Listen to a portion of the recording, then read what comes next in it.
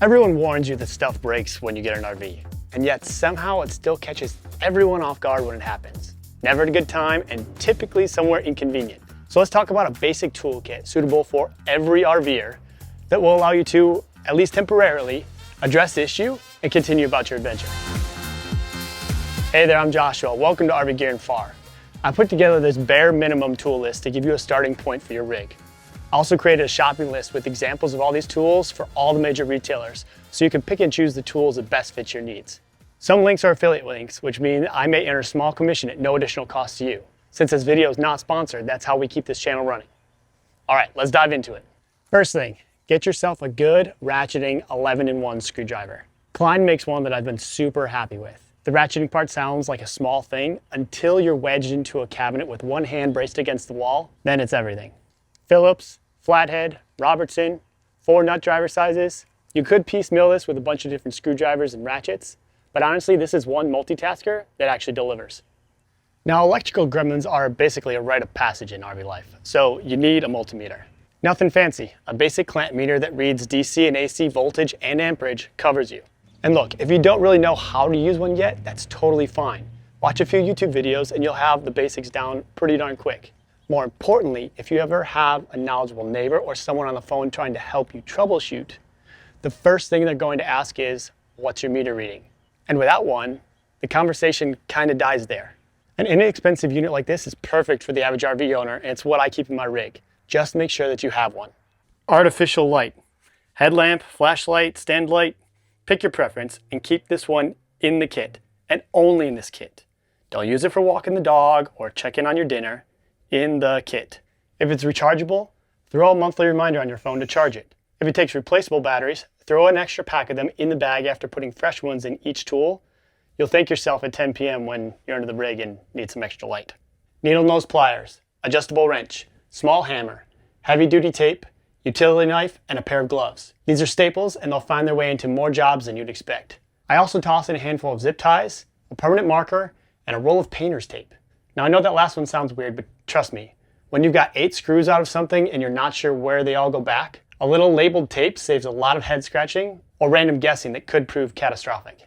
For electrical supplies, we have wire strippers, assorted wire nuts, 12-volt blade fuses, and electrical tape. Take a moment to pop open your 12-volt fuse panel right now and note what sizes of fuses are in there. Those are the ones you want backups for. On connectors, wire nuts work for basically everything inside. Just tape down over the nut and down onto the wire to keep them from vibrating loose. Just note that for wet locations, think brakes and running lights, you'll want to fix it permanently with something waterproof. These heat shrink and solder butt connectors are great when you have access to a heat gun. Plumbing is the other utility that'll get you in an RV.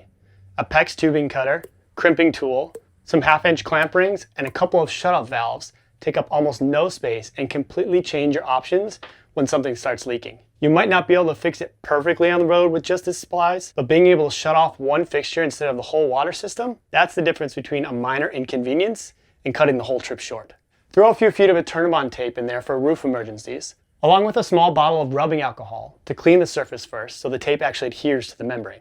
Tire tools. This is a big one. Pressure gauge, some kind of an inflator, be it battery-powered, clamp-on, or a combination unit, and a 1/2-inch torque wrench with the right deep sockets for your specific lug nuts. Pick up a socket extension and your knuckles will thank you.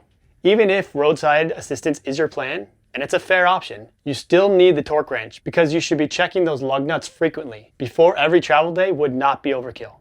On roadside assistance, verify that your policy covers your specific rig too, because not all of them cover RVs. If you're comfortable handling tire changes yourself, a bottle jack built to handle RVs is the best move. Wider base plate, multiple extensions, and different shaped cradles give you the most flexibility and the safest lift. Just match the lifting capacity to your actual setup and add a breaker bar to the kit. Using a torque wrench to loosen nuts can render it useless. Always chalk your wheels before lifting anything on an RV. You'll never go wrong with pencil and paper, and a small upgrade that really pays off, make it waterproof paper. RV emergencies frequently contain water. The last thing I'll mention is an infrared thermometer. Arguably not essential, but they're cheap and the habit they build is super valuable. Every time you stop, point it at your hubs. You're not chasing a specific temperature here, you're just looking for consistency. 3 wheels at similar temps and 1 running hot, pay attention to that and figure out why before moving on. Pack all this into a bag or a box and leave it in the rig as dedicated RV tools. My specific recommended items are in the full shopping list linked below. Drop a comment if there's something that you'd add that I didn't include. Thanks for watching RV Gear and Far. I'm Joshua. Happy trails.